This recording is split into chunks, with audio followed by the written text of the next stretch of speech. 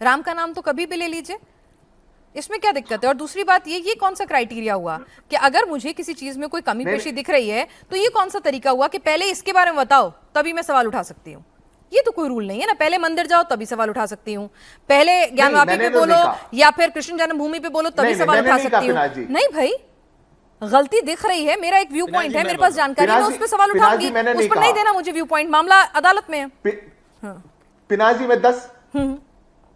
मैं 10 सेकंड में क्लियर कर देता हूं, मैंने बिल्कुल ऐसा नहीं कहा। अगर मुझे ऐसा कहना होता तो मैं इनको कहता कि आज तक 1 रुपए का चंदा अखिलेश जी ने नहीं कहा, वो चंदे पर सवाल नहीं उठा सकते। अखिलेश जी दर्शन करने नहीं गए, वो राम मंदिर पर सवाल नहीं उठा सकते।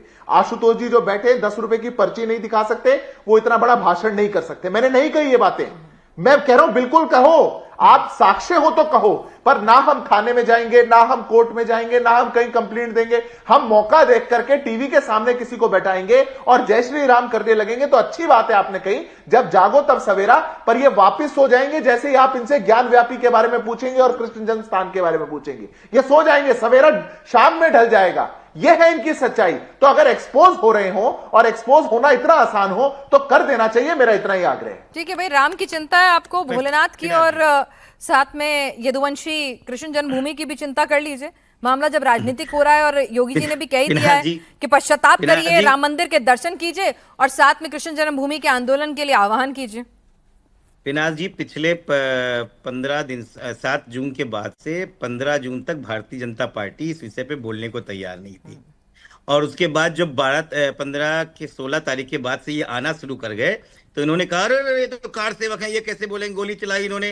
और जब इससे बात नहीं माने तो ओवैसी को लेके आए, जब उससे बात नहीं माने तो क्या ज्ञानवापी पे सवाल पूछेंगे लेकिन हम जवाब नहीं देंगे। ठीक है, अरे पूरी बात सुनो पहले, मैं क्या कह रहा हूँ, रुक जाइए।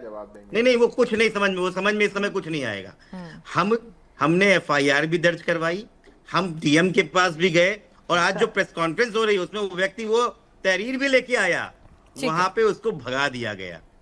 और जो आप कहते हैं ना, इनसे एफआईआर का नंबर पूछ लीजिए पिनाजी, ठीक है, अगर ये आपके शो पर एफआईआर है तब बता देंगे। मैं भाई आप लोग इतना त्वरित निर्णय, योगी आदित्यनाथ की पुलिस जो है ना एफआईआर दर्ज करती है ना कुछ करती है, और तुरंत उल्टा मुकदमे, जैसे आप कह रहे हैं ना, अभी कह रहे थे हमने एफआईआर भी दर्ज करवाई, आप कह रहे हैं योगी आदित्यनाथ की पुलिस एफआईआर नहीं दर्ज करती। थोड़ा मामले को आगे बढ़ाते हैं। रोहित अग्रवाल जी भी हमारे साथ इस वक्त आरएलडी के प्रवक्ता, और डॉक्टर सुनिए ना, हमारे साथ रोहित जी भी जुड़े हुए हैं, डॉक्टर सतीश प्रकाश जी हमारे साथ राजनीतिक विश्लेषक हैं। डॉक्टर सतीश प्रकाश, यहाँ पर भाई एक सिस्टम है, सिस्टम तो फॉलो करना पड़ेगा ना, ठीक है।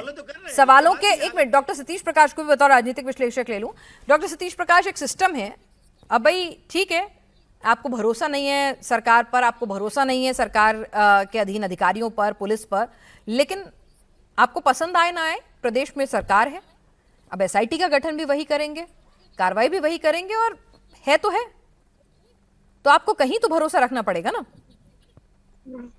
नहीं, देखिए पिनाज जी, इस मामले को लेकर के सिस्टम को कभी भी फॉलो नहीं किया गया है। अच्छा, चंपत राय जी बाकायदा उत्तर प्रदेश के पुलिस के लोगों को ले जाकर के, जो आरोपी जो आप बताए हैं, इनके घर जाकर के बिना थाने में सूचित किए, बिना एफआईआर दर्ज करे, बाकायदा वहां कुछ पैसे बरामद करते हैं, और सरकार को मुकदमा लिखवाने से पहले ही एसआईटी बना देती है। वहां भी प्रोसीजर कहीं ना कहीं फॉलो नहीं हुआ। दूसरी बात यह है कि देखिए, कहीं ना कहीं आजकल, अभी जो यादव जी जो बात कह रहे थे, मुझे तो ऐसा लगता है कि पश्चिम उत्तर प्रदेश में कहावत है कि ऐसा कोई सगा नहीं और बीजेपी ने जिसको ठगा नहीं।